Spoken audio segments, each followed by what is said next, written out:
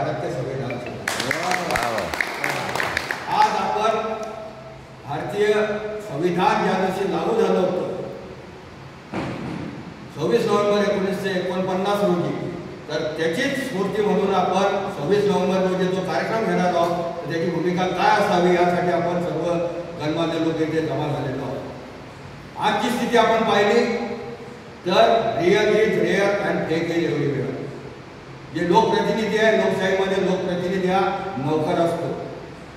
तुमचा कलेक्टर असो, कमिशनर असो, हे सुद्धा नौकर असतात. CM असो, PM असो, हे नौकर असतात. पण ते आज आपले मालक बनलेले. लोकप्रतिनिधी आज नीतीप्रती बनलेले 50 खोके वगैरे आपण पाहिलं. तर लोकशाही आपण म्हणतो, पण इथे पैशाला महत्व आले. 50 खोके घेऊन आपण सरकार बदलवलं. प्रत्येक ठिकाणचं बदललं. MPचं बदललं, महाराष्ट्राचं बदललं, कर्नाटकचं, अनेक ठिकाणचं. म्हणजे हे लोकशाहीची घटना चालू आहे. आणि याचंच बाबासाहेबांनी त्यामुळेच म्हटलं होतं की हे संविधान जर लागू झालं नाही किंवा हे लागू करणारे इच्छाशक्ती नसली तर ते संविधान जाणार नाही. त्यामुळे आपण आंबेडकरवाद जो म्हणतो, कारण आंबेडकरवाद म्हणजे मी म्हणेल की जाती अंत ही आंबेडकरवादाची प्रथम आणि अंतिम शब्द आहे. आणि आंबेडकरवाद जो आहे, उद्या संविधान नसलं तर आंबेडकरवाद काय आहे हे सुद्धा आपल्याला माहिती असतं. तर संपूर्ण विश्वामध्ये संविधानवाद आणि राज्य कल्याणकारी तंत्रविज्ञानाला सम्मिलित करताना इथली जी साम्राज्यवादी, चातुर्यवर्णवादी जी धार्मिक व्यवस्था होती त्याच्यावर थेट आक्रमण करून इथल्या शोषित आणि जो शोषक समाज आहे त्याच्या मानसिकतेचा सखोल असा एखाद्या सायकाट्रिस्टप्रमाणे विचार करून त्याचा अभ्यास करून डॉक्टर बाबासाहेब आंबेडकरांनी इथल्या जो शोषित, वंचित, पीडित, बहुमुखी विभाजित जो समुदाय होता आमचा SC ST OBCचा, त्या समुदायाच्या जनमानसाचा अभ्यास केला त्यांनी. आणि त्यांना माणूस म्हणून सुद्धा मान्यता नव्हती. तर त्यांनी सर्वप्रथम काय केलं तर त्याला सामाजिक मान्यता दिली, मानव म्हणून मान्यता दिली आणि मानवाधिकार संविधानामध्ये दिले. आणि तेच अधिकार आज हे आपल्यापासून हिरावून घेऊन पाहत आहे. आज इनडायरेक्टली मनुवाद आणि मनुस्मृती लागू झालेली आहे. आमचा जो सनातन संघर्ष आहे हा गैरश्रमिक संस्कृती म्हणजे बाणगुडी संस्कृती म्हणजे कॉर्पोरेट कल्चर आणि ॲग्रिकल्चर, श्रमिक संस्कृती आणि गैरश्रमिक संस्कृती असा आमचा हा जो आहे, आपण त्याला श्रमण संस्कृती सुद्धा म्हणतो, बरोबर. तर हा आमचा हा संघर्ष आहे. आम्ही आत्ताच उल्लेख झाला, आमचे मित्र आज एकलव्य संघटनेचे ते प्रदेश सचिव आहेत. हा भील ठाणा आहे किंवा हा बुद्ध ठाणा आपण याला म्हणतो. त्याचे ते प्रथम नागरिक आहेत प्रकारे, कारण पुऱ्या भारताची ओळख जी होती ही सुद्धा भिलोका भारताची होती. आणि म्हणून मी सांगू इच्छितो, ज्याप्रमाणे भीमा कोरेगाव घडलं, भीमा कोरेगावमध्ये 5000 वर्षाची जी गुलामगिरी होती ती 24 घंट्यामध्ये आमच्या 500 शूरमार जे वीर होते त्यांनी ती समाप्त केली. फक्त 24 घंट्यात 5000 वर्षाची गुलामगिरी. आणि म्हणूनच मी आदिवासींचा सुद्धा उल्लेख करू इच्छितो की ज्याप्रमाणे महारांनी ही लढाई लढली तर त्यापूर्वी संतालूल हे जे झालं होतं त्या संतालूलमध्ये 1855 मध्ये 30,000 आदिवासींचा कत्लेआम झालेला इंग्रजांनी ते युद्ध झालेलं होतं. 1.5 वर्षाचे युद्ध झालं, त्याच्यामध्ये 30,000 आदिवासींचा कत्लेआम झाला. पण याचा इतिहासात कुठे उल्लेख, आणि मी पहिलेच म्हटलं real is rare, fake is everywhere. आणि जे मिथक आहे त्या मिथकाला हे इतिहास म्हणून आज आपल्याला सांगत आहे, चुकीचा इतिहास आपल्याला सांगत आहे. जसे BN राव कोण आहे आपल्याला माहिती नव्हतं, ते BN राव आता ते त्याला क्रेडिट देऊ राहिले किंवा लोक रामन असल्यामुळे बोलू शकतो, त्याकडे मी करतात. तर ह्या प्रकारे हा प्रकार चालू आहे.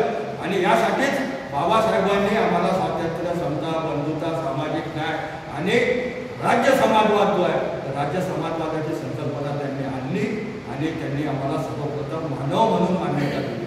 पण आज पुन्हा आम्हाला ही व्यवस्था वेगवेगळा बनवून पाहत आहे. कारण तुम्ही पहा सर्व शाळा यांनी बंद केल्या. या सरकारी शाळा होत्या ज्याच्यामध्ये तुम्ही शिकले, आपली पिढी शिकली आणि आज पुढे गेली. आणि त्यामुळे आमची दुसरी पिढी कोणी युरोपमध्ये, कोणी अमेरिकेत आहे, कोणी चंद्रावर आहे. तर आमचे हे त्यांचं ते त्यांना ते सहन राहिले किंवा सर्वोच्च न्यायालयाचा न्यायमूर्ती भूषण गवई होऊ शकतात. जे त्यांना आणि दुसऱ्यात महत्त्वाचं मी सर असल्यामुळे तो महत्त्वाचा विषय मला तुम्हाला सांगायचा आहे की आपण अनेकदा राक्षस दैत्य असुर वगैरे आपण संबोधित ज्यांना करतो, कारण यांनी जो वैदिक काळामध्ये यांनी किंवा पुराणोक्त काळामध्ये पुराणामध्ये यांनी जी व्याख्या केलेली आहे ती सरासर चुकीची आहे. असुर जनजातीला आत्ताच मी भेटून आलो. सुषमा असुर आहे यांच्या फार मोठ्या कवयित्री आहे. तर असुरचा अर्थ आहे वैज्ञानिक सृष्टी, कारण असुरांनी लोहा जो आहे ना लोखंडाला कसं घडवायचं, त्याच्यापासून भांडे कसे तयार करायचे, शस्त्र कसे तयार करायचे याचा शोध हे झारखंडमध्ये जे असुर राहतात त्यांनी लावलेले. परंतु हे आपल्याला काय सांगतात, असुर म्हणजे काहीतरी फार किळसवाना शैतान असं आपल्याला सांगतात. आणि आपण पण बरेचदा ते प्रतीक उचलतो आणि आपल्या मग दलित कवितेत वापरतो. काल समाधान झालं सरांनी पण ते राक्षसी वगैरे ते बोलत होते. नंतर त्याला मी बोललो की आपण राक्षस आहोत आणि तुम्ही आपल्याला काय करतात. राक्षस म्हणजे रक्षण करणारा आणि कुणबी असा सुद्धा त्याचा अर्थ होतो. तर आणि आपण हे कोणत्या डिक्शनरीमध्ये पाहतो, आ साळुंके किंवा कॉम्रेड शरद पाटील आहे त्यांचं लिटरेचर वाचा, डी कोसंबीचं लिटरेचर वाचा, किंवा रामदयाल मुंडा जे आहेत झारखंडचे त्यांच्या पद्मश्री त्यांच्या पुस्तकामध्ये सुद्धा आपल्याला हे पूर्ण असुरायन वगैरे सर्व दिसते. तर हे आम्हाला जे आहे हे पुन्हा जे आहे वेगवेगळा बनवून पाहत आहे. यासाठी महत्त्वाचा मुद्दा आपला काय आहे तर ह्या दिवशी आपण काय काय कार्यक्रम घ्यायला हवे. तर खंडेराव सरांनी आमचे दिवंगत मित्र कालकथित उत्तमराव अंबोरे सर जे होते त्यांनी फार असा अभिनव मस्त कार्यक्रम घेतलेला होता. तोच कार्यक्रम आपल्याला पुन्हा एकदा राबवायचा आहे. प्लस मी म्हणेन की आता तुम्ही 12 पक्षांचा उल्लेख कोणतरी केला आपल्या भाषणात, तर विजय सावळे हे सुद्धा एक धडाडीचे चांगले कार्यकर्ते आहेत. त्यामुळे आपल्याला पूर्ण 12 प्लस जेवढ्या संघटना आहेत, ज्या आमच्या फुले शाहू आंबेडकरी जेवढ्या संघटना आहेत त्या सर्वांचा सहभाग करून घ्यायचा. आणि आज त्या आरक्षणासाठी सर्व संघटना जागृत आहेत. अगदी आज आदिवासी आणि बंजारा धनगरामध्ये भांडण लावून देत आहे, ओबीसी मराठ्यामध्ये भांडण लावून देत आहे.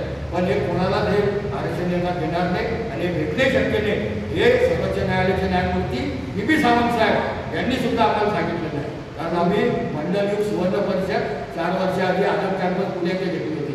त्यामध्ये त्यांनी स्पष्ट सांगितलं होतं हे मिळणे नाही, हे मिळणे नाही. त्यामुळे आपण तिकडे जास्त लक्षही देऊ नये. आपला फोकस ज्या महत्त्वाचे मुद्दे आहेत बेरोजगारी असेल, कारण आज तुम्ही पहा एक शेअर माझा जो आहे किसान आंदोलनमध्ये मी होतो तो फार पॉप्युलर झाला होता की फिरका परस्ती अब देश की शान बन गई, फिरका परस्ती अब देश की शान बन गई. मोदानी मॉडल की म्हणजे मोदी अंबानी अदानी, मोदानी मॉडल की वही पहचान बन गई. सपने दिखा रहा है वो झूठे हर तरफ. म्हणजे काय 15 लाख आएंगे, बेरोजगारी दूर हुई, महंगाई दूर हुई, किसानों को 1.5 गुना दाम मिलेगा. तो सपने दिखा रहा है वो झूठे हर तरफ, मेरे देश की जनता कसे नादान होईल. तर असं हे याचं चालू आहे. हिंदू मुस्लिम आणि हे सर्व भानगडी हे करत आहे. तर यासाठी आपण SC ST OBC भटके विमुक्त आणि धर्मपरिवर्तित जे मुस्लिम आणि ख्रिश्चन आहे यांचा सुद्धा सहभाग आपण या संविधान रॅलीत करूया. आणि माझं एक आव्हान नेहमीच असते की संविधान कट्टा एक कॉन्सेप्ट आहे ते माझ्या डोक्यात अनेक वर्षापासून आहे. अनेक ठिकाणी हा कार्यक्रम आपण चालू पण केलेला आहे. तर आपली जो वार्ड असतो या वार्डामध्ये एक संविधान कट्टा आपण स्थापित करावा प्रत्येक गावागावात. म्हणजे आपल्याकडे जर 25 वार्ड असतील तर 25 वार्डामध्ये सेपरेट संविधान कट्टा राहील. मग असा आपला हा जो छोटा गाडी कार्यक्रम आहे तो तिथे होईल. तर आपलं बुद्धविहार आहे हे सुद्धा एक संविधान कट्टाच आहे. म्हणजे हे याला संविधान कट्टा आपण म्हणायचं. सर्व महापुरुषाच्या जयंत्या असतील, काही कवी संमेलन असतील, काही तुमच्या स्पर्धा असतील त्या सर्व इथे घ्यायचे. तर हे संविधान कट्टा आपण स्थापन करायला हवा. तसंच आपण एक संविधान दौड सुद्धा त्या दिवशी ठेवू शकतो. ते जे म्हातारी माणसं असतील ते 1 किलोमीटर धावतील, जे जवान असतील ते 5 किलोमीटर धावतील. त्यांना काही आपण पुस्तक रूपामध्ये आपण त्यांना स्पर्धात्मक काही पुस्तकं देऊ किंवा महापुरुषांची पुस्तकं देऊ. त्याप्रमाणे आपण हा कार्यक्रम पुढे राबवू. आणि आपल्याला संविधान दिवशीच फक्त हा कार्यक्रम नाही करायचा, तर आपल्याला हे अहोरात्र करणं आवश्यक आहे. कारण आपला इतिहास क्रांती आणि प्रतिक्रांतीचा आहे. त्यांच्याकडे सर्व साधनं आहे, त्यांच्याकडे अनेक संस्था आहे, प्रत्येक गोष्टीचा ते उपयोग करत आहे. पण आपण कमजोर नहीं है, कारण जिंदा रहना है तो हालात से डरना कैसा, और जंग लाजिम हो तो लश्कर भी लेके जाते आपके लोग। क्या बात है, तो इसीलिए डरना नहीं है, क्योंकि डर के आगे जीत है। आणि आंबेडकर युगाची पाठ आहे की लोक पहा तुम्ही, याच्यापूर्वी आदिवासीला काही झालं नव्हतं, आदिवासी सुद्धा जागृत झालेले आहेत. त्यांना मी हेच सांगितलं की तुम्हाला कोणी कॉर्पोरेट मदत नाही करणार किंवा उच्चवर्णीय जर तो तुम्हाला मदत नाही करणार, तुम्हाला फक्त बाबासाहेबांचं नेतृत्व आहे तेच मदत करेल. आणि म्हणून सर आले, आणि सरांनी सुद्धा मला ॲक्च्युली आजचा कार्यक्रम लेट माहीत झाला, पण सरांमुळे मला माहीत झालं मी इथे आलो आणि तुम्ही मला अध्यक्षपदाचाही बहुमान दिला, त्याबद्दल तुमचं सर्वांचं धन्यवाद. आणि इथून पुढे आपण बिलकुल लगे रहेंगे आणि फार मोठी रॅली न भूतो न भविष्याची, कारण आपल्याला सर्वांना इन्क्लूड करायचं सर्व याच्यामध्ये. आपण सर्व जेवढे आरक्षण भोगी आहेत आणि ज्यांना आरक्षण पाहिजे आहे त्या सर्वांना आपण याच्या सहभागी करून घेऊ, सर्वांचा सहभाग घेऊ. आणि त्या दिवशी काही पॅम्पलेट रूपात आपण राईट टू एज्युकेशन वगैरे किंवा संविधानाची प्रास्ताविका हे सुद्धा आपण त्यांना वाटप करू.